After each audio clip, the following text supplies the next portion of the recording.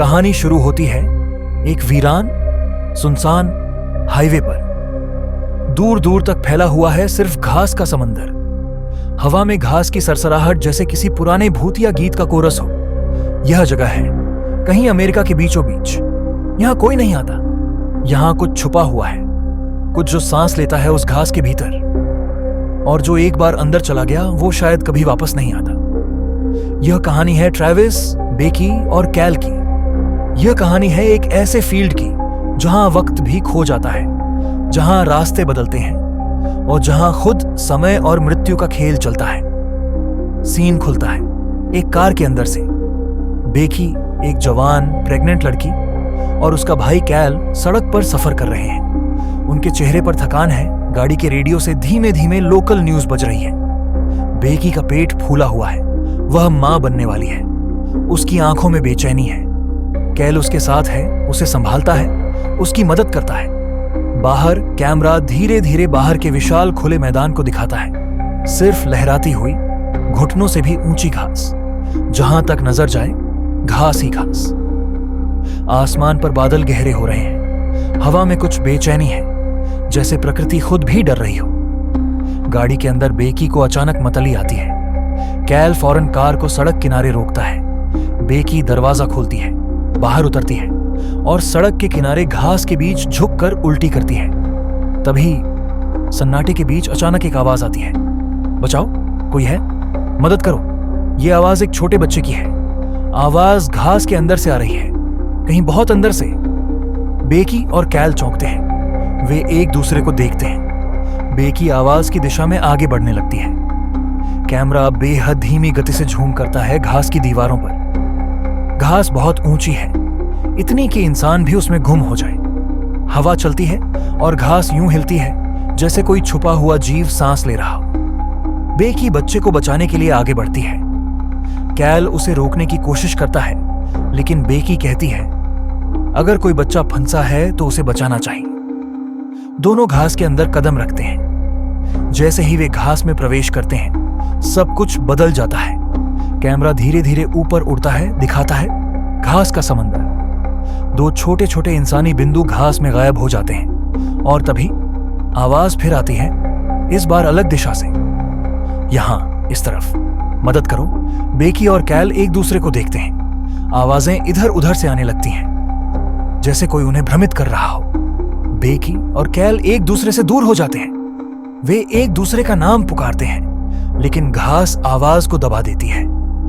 हर दिशा एक सी लगती है, कोई फर्क नहीं पड़ता किधर जाते हैं। सब तरफ एक जैसी घास। कैमरा बेकी के चेहरे पर क्लोज अप करता है।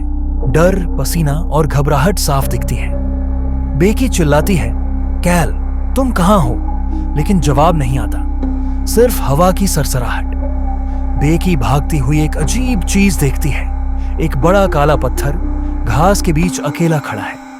उसके चारों तरफ घास नहीं, एक खाली वृत्त जैसा बना है। कैमरा पत्थर के नजदीक जाता है। पत्थर पर अजीब प्राचीन प्रतीक खुदे हुए हैं। वह पत्थर खुद जैसे धड़क रहा हो, सांस ले रहा हो। बेकी धीरे धीरे उसके पास बढ़ती है, हाथ आगे बढ़ाती है। कहीं से एक परछाई निकलती है। बेकी डर के मारे पीछे हटती है। बेकी चारों तरफ देखती है, चारों तरफ वही घास। ऊपर आसमान बादलों से घिरा है, सूरज छुपने लगा है। हवा अब और तेज चल रही है, जैसे घास खुद फुसफुसा रही हो। बेकी चिल्लाती है, कैल कहां हो तुम? कहीं से जवाब नहीं आता, बस उसी बच्चे की आवाज गूंजती है जो अब दूर से फुसफुसाते हुए कहता है, इस तरफ आओ। बेकी का चेहरा डर से पीला पड़ जाता है। उसके पैर खुद ब खुद उस आवाज की ओर बढ़ते हैं। दूसरी तरफ कैल भी घास में अकेला फंसा हुआ है। वह भी बेकी को ढूंढ रहा है। लेकिन अजीब बात यह है कि जब वह बेकी की आवाज सुनता है और उसकी ओर भागता है तो लगता है कि आवाज उससे दूर होती जा रही है। कैमरा कैल के चारों तरफ गोल घूमता है। घास हिलती है, घास फुसफुसाती है। घास में कहीं कहीं कुछ हलचल होती है, जैसे कोई अदृश्य प्राणी उसके बहुत पास से गुजर गया हो। कैल डर के मारे जोर से चिल्लाता है, बेकी, लेकिन घास उसकी आवाज निगल लेती है। बेकी अचानक ठिठक जाती है। उसके सामने घास के बीचों बीच खड़ा है एक छोटा बच्चा, नाम टोबिन। टोबिन गंदे कपड़ों में है। उसका चेहरा धूल मिट्टी से सना हुआ है। उसकी आंखों में अजीब चमक है, जैसे उसने कुछ ऐसा देख लिया हो जो इंसान को नहीं देखना चाहिए। टोबिन बेकी से कहता है, तुम्हें यहां नहीं आना चाहिए था। बेकी सहम जाती है। वह उससे पूछती है, तुम्हारा नाम क्या है? टोबिन जवाब देता है, टोबिन, मैं रास्ता जानता हूं, मैं तुम्हें बाहर ले जा सकता हूं। लेकिन तभी टोबिन का चेहरा पल भर के लिए बदलता है। उसकी आंखें खाली हो जाती हैं, जैसे वह खुद भी खो चुका हो। बेकी टोबिन का हाथ पकड़ने ही वाली होती है, तभी घास हिलती है। तेज हवा चलती है और घास के बीच कोई बड़ी आकृति सरसराती हुई निकलती है। बेकी पीछे हटती है। टोबिन धीरे से कहता है, वो आ रहा है। कौन? बेकी डर से कांपती है, लेकिन टोबिन बस एक शब्द फुसफुसाता है, रॉस।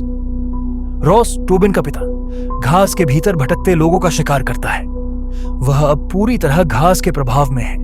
वह खुद अब घास का हिस्सा बन चुका है, एक शिकारी, एक रक्षक या शायद एक शैतान। बेकी को पहली बार उसकी झलक मिलती है। लंबा चौड़ा आदमी, गंदे फटे कपड़े, उसके चेहरे पर अजीब सी मुस्कान है।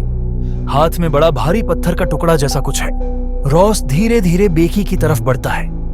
उसकी चाल में एक अजीब सी शांति है, जैसे वह जानता हो कि शिकार बच नहीं सकता। कैमरा धीमे धीमे झूम करता है। रॉस की आंखें चमकती हैं। बेकी के दिल की धड़कन तेज होती है। घास की सरसराहट तेज होती है। जैसे ही रॉस बेकी के करीब पहुंचने वाला होता है, एक नया किरदार आता है, ट्रेविस। ट्रेविस बेकी का बॉयफ्रेंड और बच्चे का असली पिता है। वह भी बेकी को ढूंढता हुआ घास में आ गया है। ट्रेविस आता है और बेकी को बचा लेता है। रॉस पीछे हटता है, लेकिन मुस्कुराता रहता है, जैसे उसे पता हो कि यह खेल लंबा चलेगा। ट्रेविस बेकी को पकड़ता है और कहता है, तुम्हें यहां से निकालना होगा।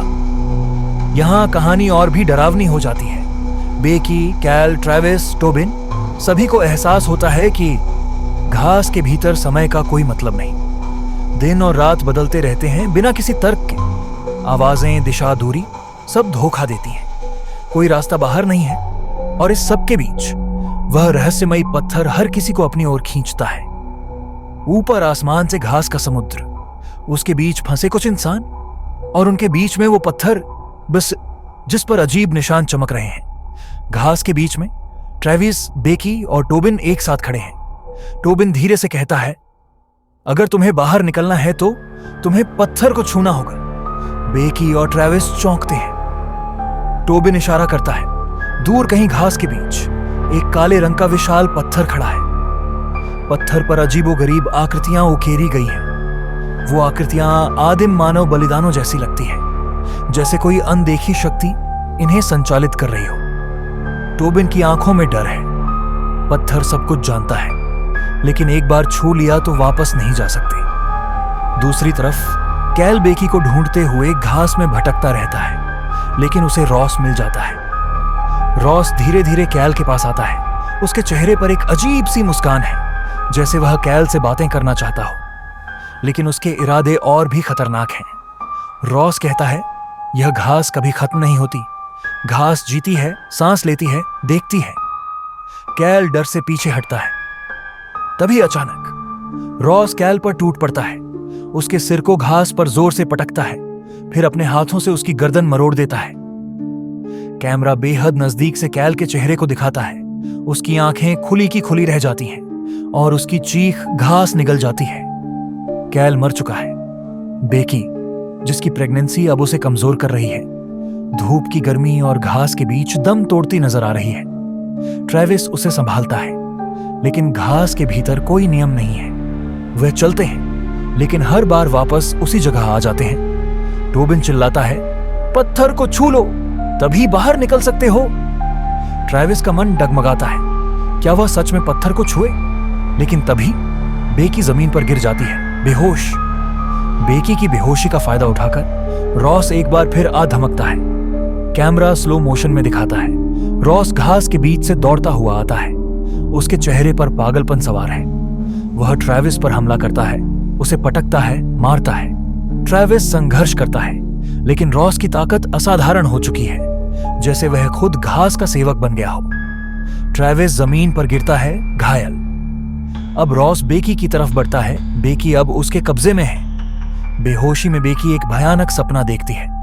वह एक गंदे घर में है। दीवारों पर खून से अजीब आकृतियां बनी हैं। एक बासी बच्चा, जो शायद उसका अपना बच्चा है, उसके सामने लेटा है, मरा हुआ। रॉस उसके ऊपर झुका हुआ है और कहता है, घास ने उसे भी ले लिया, अब तुम्हारी बारी है। कैमरा तेजी से फ्लैश करता है। मरे हुए जानवर, पिघलती हुई लाशें और एक विशाल पेड़ जिसकी जड़ें इंसानों को जकड़े हुए हैं। बेकी चीखते हुए उठती है। बेकी को होश आता है। वह अब घास के बीच में एक अजीब जगह पर है। चारों ओर पत्थर के टुकड़े, जमीन खून से लाल, और घास के बीचों बीच रखा है एक प्राचीन बलिदान का चबूतरा। रॉस उसे वहां ले आया है। उसकी मंशा साफ है। वह बेकी और उसके बच्चे को घास को समर्पित करना चाहता है। रॉस फुसफुसाता है, ये जमीन हमेशा भूखी रहती है, तुम्हारा बच्चा इसे संतुष्ट करेगा।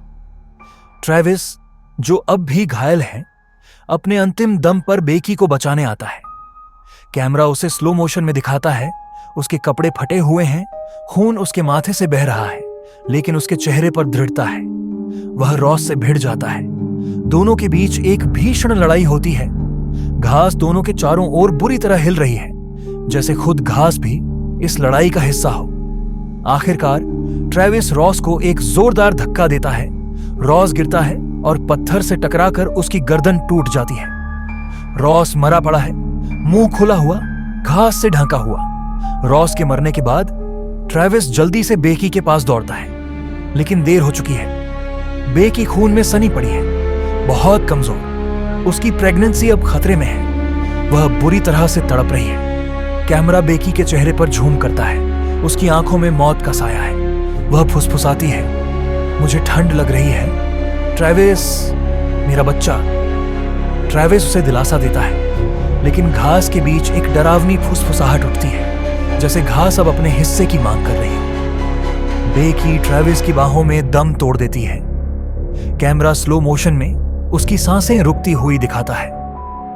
हवा में एक भयानक सन्नाटा छा जाता है। ऊपर आसमान भी जैसे धूसर हो जाता है। बेकी मर चुकी है।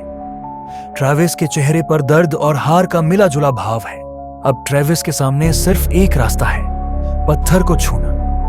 वह बेकी के मृत शरीर को छोड़कर पत्थर के पास जाता है। पत्थर काला और चमकीला है।